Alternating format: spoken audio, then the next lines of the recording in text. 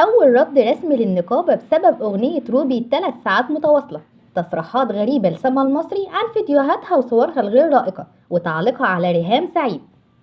أهلا بيكم أصدقائي ومتابعيني الأوفياء. لو أول مرة متابع لقناتي لا تنسى دعمنا بالضغط على زر الاشتراك والضغط على زر الجرس ليصلك كل جديد. أهلا بيكم في حكاية غادة. محضر شرطة بسبب الإيحاءات الجنسية، وروبي أول تعليق على منتقد أغنية 3 ساعات متواصلة. أثارت أغنية 3 ساعات متواصلة للفنانة روبي ضجة كبيرة بعد عرضها على مواقع اليوتيوب في أقل من ساعة بسبب كلماتها الجريئة اللي أغضبت كثير من الجمهور، خصوصا مقطع الأغنية ما تيجي حابة نستريح من العناء. ليؤكد مصدر مسؤول من النقابة عن أن المصنفات الفنية على أن هذه الأغنية لما اقترحت عليهم تم رفضها في النقابة بشكل قاطع، لكن صناع الأغنية طرحوها على اليوتيوب بدون رقابة، لأن رقابة الموسيقيين ملهاش سلطة على المواقع الإلكترونية. الرقابة كمان أخذت إجراءات قانونية ضد صناع الأغنية وقامت بتحرير محضر. أما بقى روبي ورد فعلها، نشرت صورة ليها على الانستجرام وعلقت عليها بقول مقطع كلمات أغنية ما تيجي حابة نستريح من البشر ومن السواد اللي انتشر، عشان ينقسم الجمهور لرأيين من مؤيدين ومعارضين للفنانة روبي، والرقابة دلوقتي بتقوم بالتحقيق معها.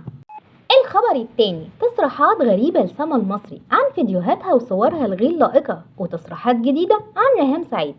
بعد خروج سما المصري من السجن صورت لقاء وصرحت فيه أكتر من تصريح، أولهم عن فيديوهاتها وصورها اللي كانت بتقدمها إنها ندمانة جدا عن تقديمها لهذا المحتوى. بعد خروجها من السجن بدأت تبص على محتواها ولقت نفسها كانت بتقدم إسفاف، عشان كده بدأت تمسح فيديوهات وصور كتير ليها على المواقع الميديا.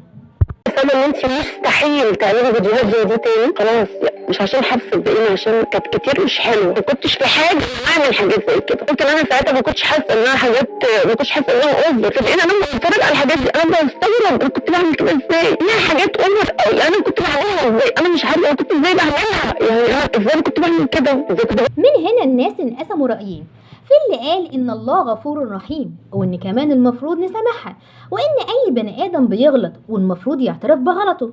القسم التاني قالك جاية تعمل شوية شو نمرة عشان ترجع تاخد عطف الناس تاني، كلها كمان شهر والتاني وترجع أسوأ من الأول، وإنها ما خرجتش يعني من السجن على الحجاب والعمرة عشان نقول إنها ندمت وتابت.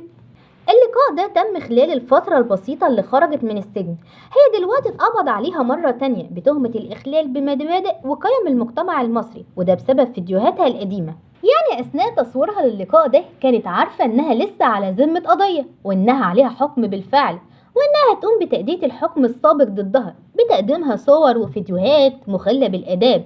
يعني بالعقل هي كانت لازم تطلع تقول الكلام ده عشان تستعطف الناس. طب هتسأل نفسك ونقول هي كانت محبوسة ليه السنين اللي فاتت؟ مش كانت بسبب الفيديوهات والصور؟ اللي مش عارف كانت محبوسة ليه هقولك، كانت محبوسة بسبب الخلاف اللي كان ما بينها وبين ريهام سعيد، اللي طلعت واتكلمت فيه في اللقاء انها اخذت 2 سنين سجن بسبب قذف ريهام سعيد. بعدها اخذت 6 شهور بتهمة السب والعنف واتهام انتهاك حرمة الحياة الشخصية. اكتر من قضيه متعدده بالنسبه للفن المصري، كان في قضيه من ريهام سعيد اللي هي نفذت فيها الحكم دلوقتي، وكان بتتزامن مع نفس القضيه بتاعتنا احنا اللي كنا عاملينها ضدها ببلاغ بالتعدي على مبادئ وقيم المجتمع المصري، وكان واخده حكم فيها 2 سنين قبض عليها في التجمع الخامس واحيلت الى.